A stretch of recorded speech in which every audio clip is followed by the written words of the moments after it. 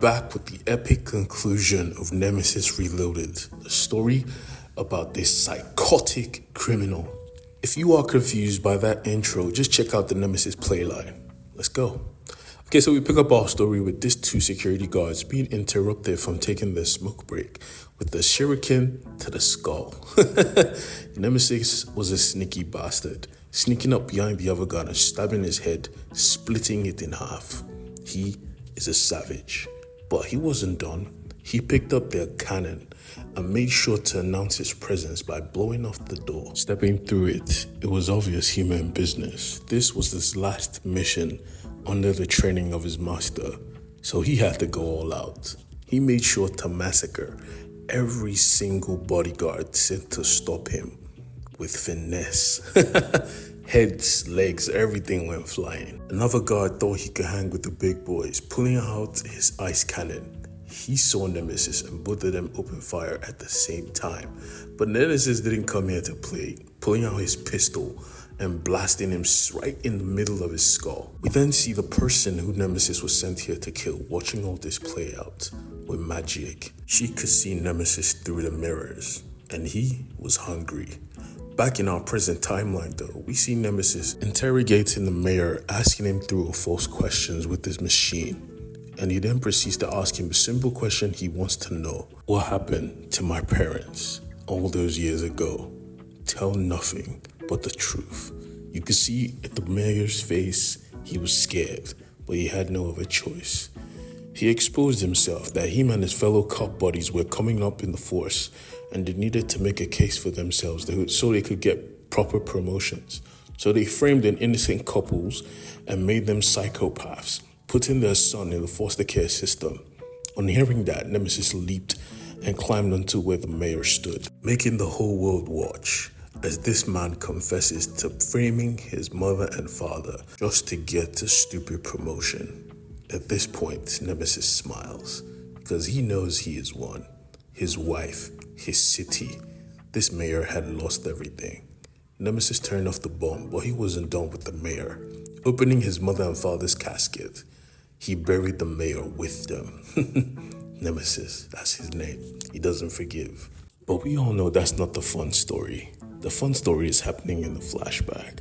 Because at this moment, Nemesis is climbing the steps to go fight this beautiful master of this castle, holding out to her because he had done his research. He knows she's watching him through the mirrors. When he finally saw her, she wasn't impressed. She let him know a lot of people have come here to kill her at the behest of his master. All she did was simply take off her slippers because it was time to fight. Instantly, she leaped through a mirror and teleported behind Nemesis, locking the door. He thought she wanted to run, but nah, she wanted the smoke. She loved the fight. And Nemesis knew this, opening fire, but she dodged it, jumping into another mirror. This was her fighting style. She would appear, then disappear in the split of an eye. And Nemesis was irritated. He wanted to fight, a real fight. And so did she, because she was many. She beat the brakes off Nemesis, punch after punch after punch. But Nemesis was no fool. He was taking the beating, yes, but he was also formulating a plan because the mirror was the key. The mirror was how she escaped. So he reached for his gun, and just before she could kill him, he opened fire on the shattered mirror on the floor and instantly froze this witch, every single one of her. She was caught, so she had to die. Instantly, Nemesis decapacitated her in style. Spectacular. In the future, though, we see the mayor begging for his life, but no one could hear him. We saw his constituents mourning his passing. This was a man who everyone in the city loved and adored, and now he was public enemy number one. For good reason, because he lied and framed the innocent couple. Innocent, so to speak. This is when we see Nemesis' true identity, or rather one of his true identities, because that rich billionaire was him. All this time, he had been right underneath their noses, but he wasn't done. Remember those two old people from the beginning? Yeah, apparently they were the criminals who had been killing every single person who they framed his parents for.